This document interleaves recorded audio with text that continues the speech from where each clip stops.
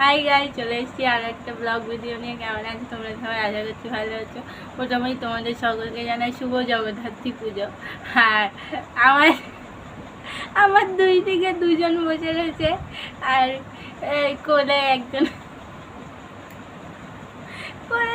বসে রয়েছে, ভিডিও করতে দিচ্ছে না, চালাচ্ছে। তো যাই হোক আসল কথায় আসি। তো আগের ভিডিওতে আমি তোমাদের সঙ্গে গড়িয়া নবদুর্গার ভিডিও শেয়ার করেছিলাম। তো এই ভিডিওতে আমি তোমাদের সঙ্গে পঞ্চদুর্গার ভিডিও শেয়ার করব। তো চলো দেরি না করে ভিডিওটা দেখতে। তো গাইস, এখন আমরা চলে এসেছি পঞ্চদুর্গায়। তো প্যান্ডেলটা দেখতেই পাচ্ছ, দারুণ করেছে। কী থিম করেছে ঠিক বলতে পারবো না, কিন্তু যতদূর বুঝলাম যে পুরোটাই টিন দিয়ে করেছে। তো চলো এবার ভেতরে ঢুকে তোমাদেরকে দেখাচ্ছি।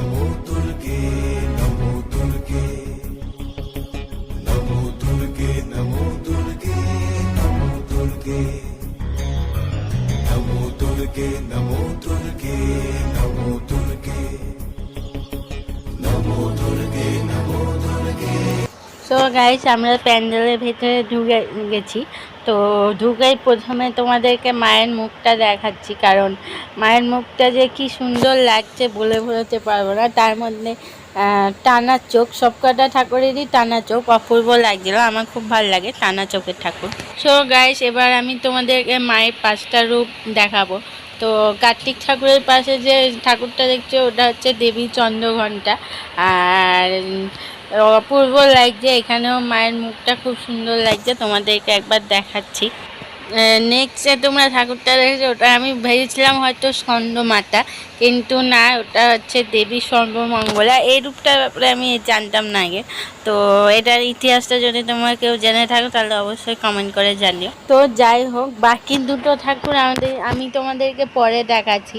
তার আগে তোমরা প্যান্ডেলটা একবার দেখে নাও ভেতরটা। এবার আমি তোমাদেরকে মায়ের বাকি দুটো রূপ দেখাবো। তো প্রথমে যেটা দেখছো সেটা হচ্ছে দেবী সিংহবাহিনী দুর্গা। আর নেক্সট যেটা দেখছো সেটা হচ্ছে কালী ঠাকুর। তো মা দুর্গা যেহেতু আর একটু কালী, সেই কারণে কালীও আছে। তো যাই হোক, তো গাইস, ভিডিওটা কেমন লাগলো অবশ্যই কমেন্ট করে জানিও। যদি ভিডিওটা ভালো লাগে তাহলে অবশ্যই লাইক করো, কমেন্ট করো, শেয়ার করো। আর পাশে থাকা সাবস্ক্রাইব বাটনটি ক্লিক করে বেল আইকনটি ক্লিক করে দিও।